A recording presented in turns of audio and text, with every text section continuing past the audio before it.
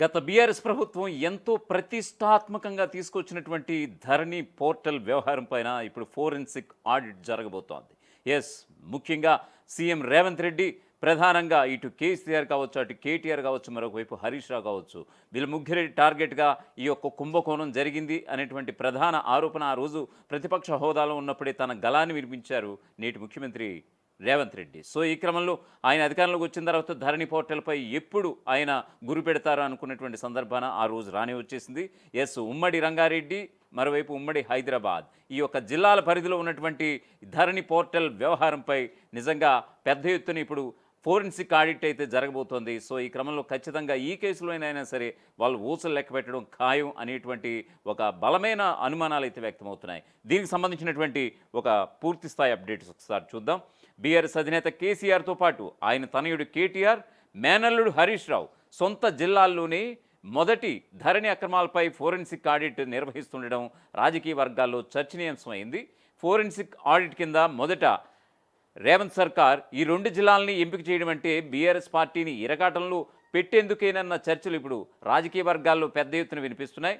ధరణి portal మాటున భారీ భూదందాలు జరిగాయని ప్రతిపక్షంలో ఉన్నప్పుడు ఆరోపించినటువంటి కాంగ్రెస్ ఇప్పుడు తన ప్రభుత్వం కొలువుదీరడంతో ఆ అక్రమాలను బయటపెట్టే పనిలో ఉంది. ధరణిలో అక్రమాలపై ఫోరెన్సిక్ ఆడిట్ చేస్తామని చెప్పినటువంటి విధంగానే ఆడిట్ నిర్వహించడానికి సిద్ధమైంది. పైలట్ ప్రాజెక్టు కింద 2 జిల్లాల్లో ఫోరెన్సిక్ ఆడిట్ చేపట్టింది. అయితే ప్రభుత్వం ఎంచుకున్న జిల్లాలు రాజకీయ వర్గాల్లో ఆసక్తిని రేకెత్తిస్తున్నాయి. ప్రభుత్వం పైలట్ ప్రాజెక్టును సిరిసిల్ల, సిద్దిపేట జిల్లాల్లో చేపట్టింది. సిద్దిపేట జిల్లాలోని మాజీ ముఖ్యమంత్రి కేసీఆర్ ప్రాతినిధ్యం వహిస్తున్నటువంటి గజ్వేల్ నియోజకవర్గంలో ఉంది. బీఆర్ఎస్ సర్కార్ మంత్రిగా వ్యవహరించినటువంటి ఆయన అల్లుడు హరీష్ రావు ప్రాతినిధ్యం వహించినటువంటి సిద్దిపేట అలాగే జిల్లా కేంద్రంగా ఉంది.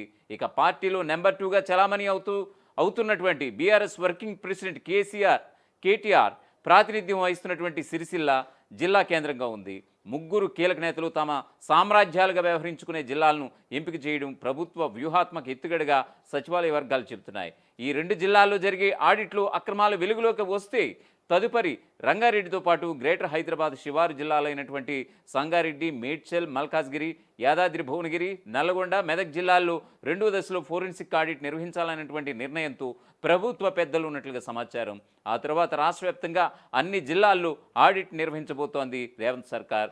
ధరణి అక్రమాలను వెలుగులోకి తేవాలని కాంగ్రెస్ సర్కార్ ఈ రకంగా నిర్ణయించుకున్నట్లుగా తెలుస్తోంది.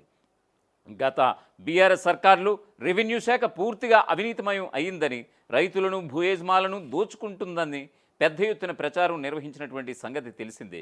రెవెన్యూ వ్యవస్థ మొత్తాన్ని అక్రమ అధికారుల కోపంగా అభివర్ణించింది. ఆ మేరకు బీఆర్ఎస్ అధికార పత్రికగా చలామణి అయ్యే నమస్తే తెలంగాణలో సుమారు ఏడాది పాటు ధర్మగంట శీర్షికన రెవెన్యూ అధికారుల అక్రమాలపై పెద్ద ఎత్తున కథనాలు వచ్చాయి. వాటి ఆధారంగా భూ అక్రమాలకు వీఆర్ఓలను బాధ్యులను చేస్తూ నాటి ప్రభుత్వం ఏకంగా వీఆర్ఓ వ్యవస్థనే రద్దు చేసింది. అప్పటి వరకు ఉన్నటువంటి రెవెన్యూ చట్టానికి సవరణలు చేస్తూ ధరణి పోర్టల్ తీసుకొచ్చారు ఆనాటి ముఖ్యమంత్రి కేసీఆర్. ఈ చట్టం ద్వారా తహసీల్దార్లు, ఆర్డీఓలు, ఆఖరికి జిల్లా కలెక్టర్లు కూడా ఎలాంటి అధికారాలు లేకుండా కత్తెర వేసేశారు. ఆ తర్వాత వర్కింగ్ ఆర్డర్స్లో కలెక్టర్లకు మాత్రమే పరిమిత అధికారాలు ఇచ్చినటువంటి అప్పటి సీఎం కేసీఆర్ మొత్తం ధరణి వ్యవస్థను తన గుప్పిట్లోకి పెట్టుకున్నారనేటువంటి విమర్శలు తీవ్రంగా ఎదుర్కొన్నారు. రైతుల సమస్యల పరిష్కారం కాలేదు. లక్షల ఎకరాలు భూములు పార్ట్ బిలో పెట్టారు. రైతులు తమ సమస్యల పరిష్కారం కాకపోవడంతో కోర్టుకు వెళ్లాల్సిన దుస్థితులు సైతం ఏర్పడ్డాయి. ఇదే సమయంలో ధరణి పోర్టల్ను అడ్డం పెట్టుకుని ప్రభుత్వ పెద్దల అండదండలతో బడాబాబులు భారీ ఎత్తున భూ ఆక్రమణలకు పాల్పడ్డారన్నటువంటి ఆరోపణలు బలంగా వెలువడ్డాయి.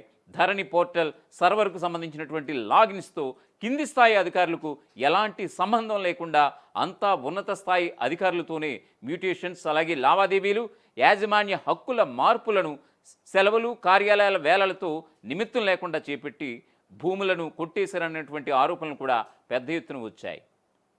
ధరణిలో భారీ ఎత్తున భూ కుంభకోణం జరిగిందని ఆరోపించినటువంటి కాంగ్రెస్ పార్టీ అప్పటి పీసీసీ చీఫ్గా ఉన్నటువంటి నేటి ముఖ్యమంత్రి రేవంత్ రెడ్డి తాము అధికారంలోకి రాగానే ధరణిని బంగాళాఖాతంలో వేస్తామని, దాని స్థానంలో పారదర్శకమైన భూ పరిపాలన వ్యవస్థ తీసుకొస్తామని ప్రకటించారు.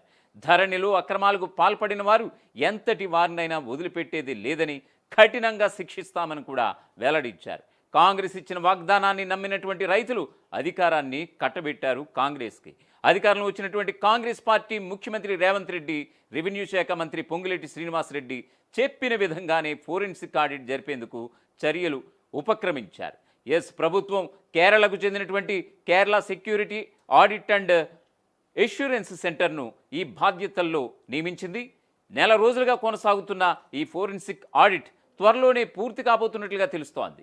ధరణి పోర్టల్లో జరిగినటువంటి అనుమానాస్పద లావాదేవీల డిజిటల్ ఫుట్ ప్రింట్స్ను పరిగణలోకి తీసుకుని భూ రికార్డుల మార్పిడి, మ్యూటేషన్స్, యాజమాన్య హక్కుల బదిలీ, అసైన్డ్ ప్రభుత్వ భూముల విషయంలో జరిగినటువంటి అనుమానాస్పద లావాదేవీలను గుర్తించబోతోంది.